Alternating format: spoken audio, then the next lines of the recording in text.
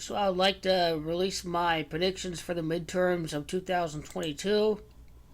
The Democrats are going to keep control of the Senate while the Republicans control the House because traditionally in midterm years, the party that elects the president traditionally doesn't show up for midterms. It is the losing party that traditionally shows up in drones for the midterms, and that is exactly why lack of voter turnout and voter suppression is going to cost the Democratic Party in the next election.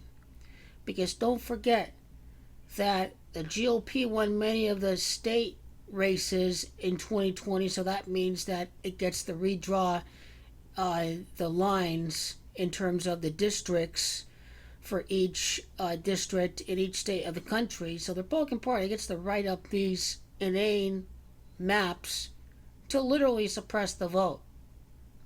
To where the Republican Party doesn't get to win the votes, but because they have most of the seats, they're going to win. This is a practice known as gerrymandering.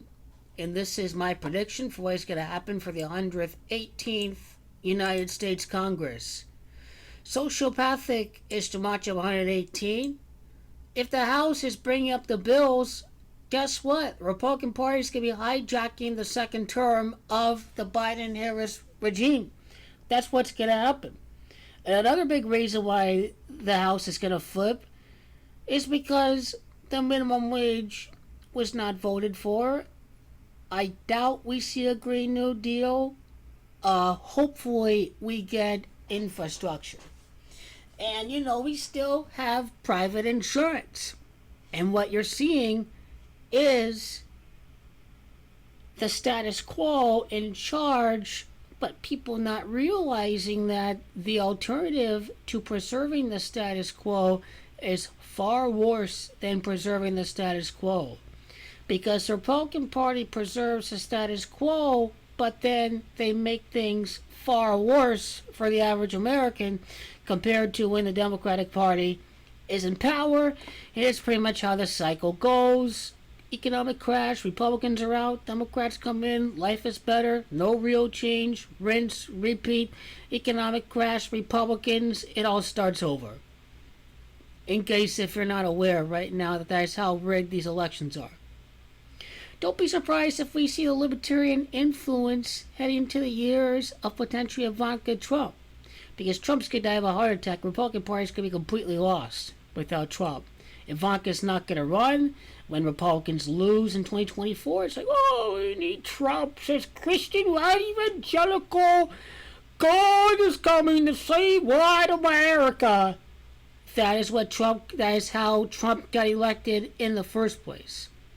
Is that white people's vote is not being suppressed. White people like to hold on to their Republican Party status cards. Hey, my friend is white, he's Republican, I need to be Republican too, or I'm not part of the club. So I blame peer pressure for this too. The white wing. Voter suppression helps the white man preserve his power.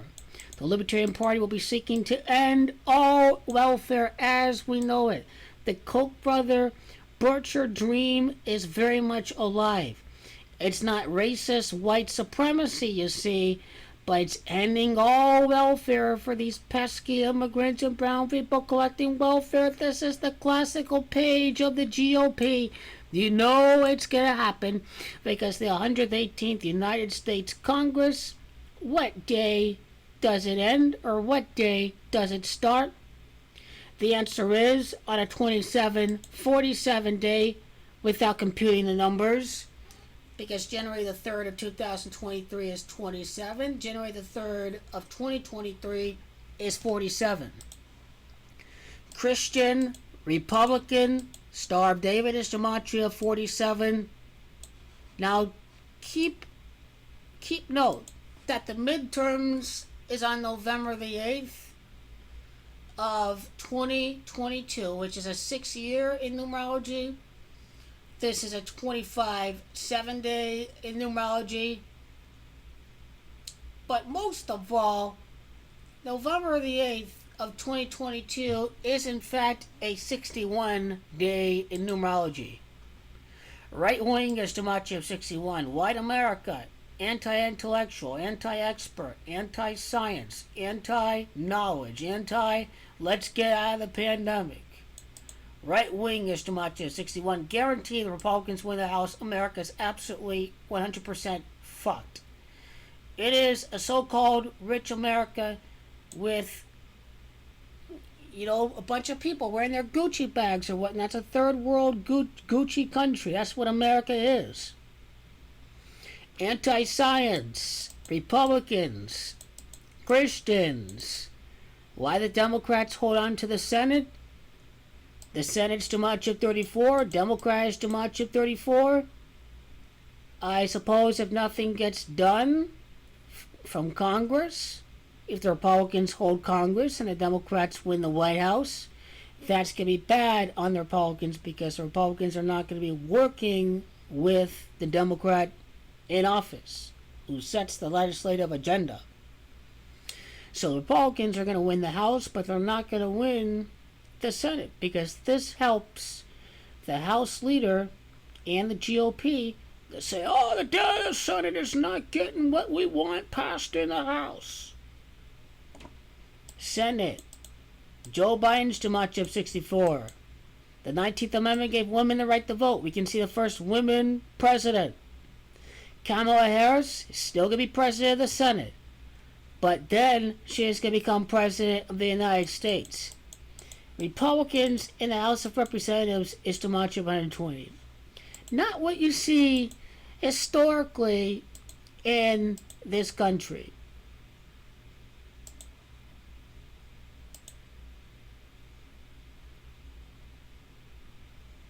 If you know history like I do,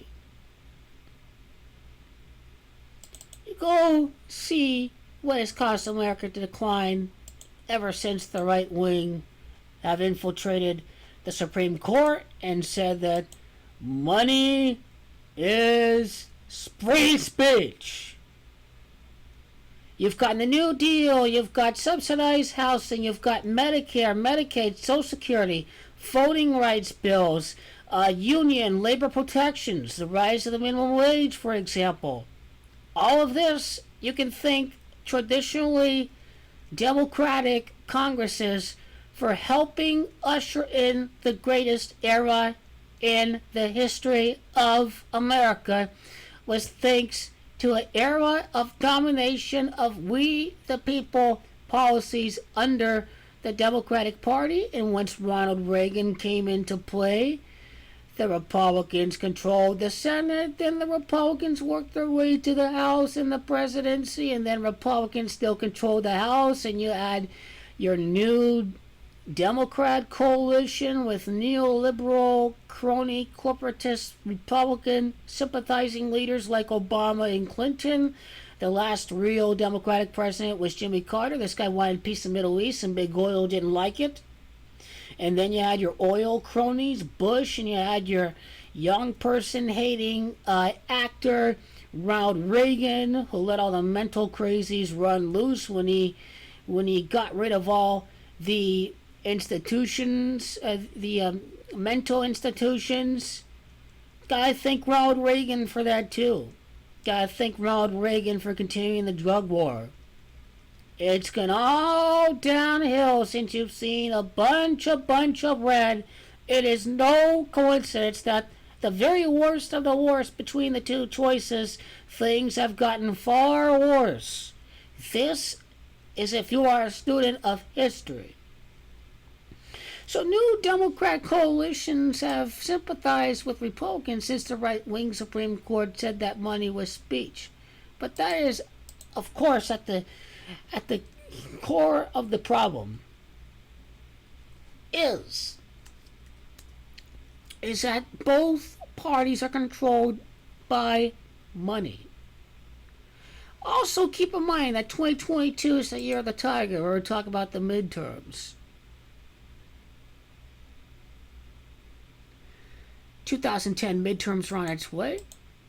The Republican Party did get control of the House under the latter part of the Obama years, and this is the same thing that we shall expect to happen. November the 8th was also the day that Donald Trump got elected in 2016.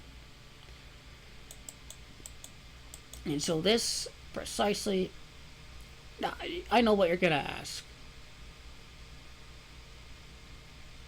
This is a 25 7-day in numerology.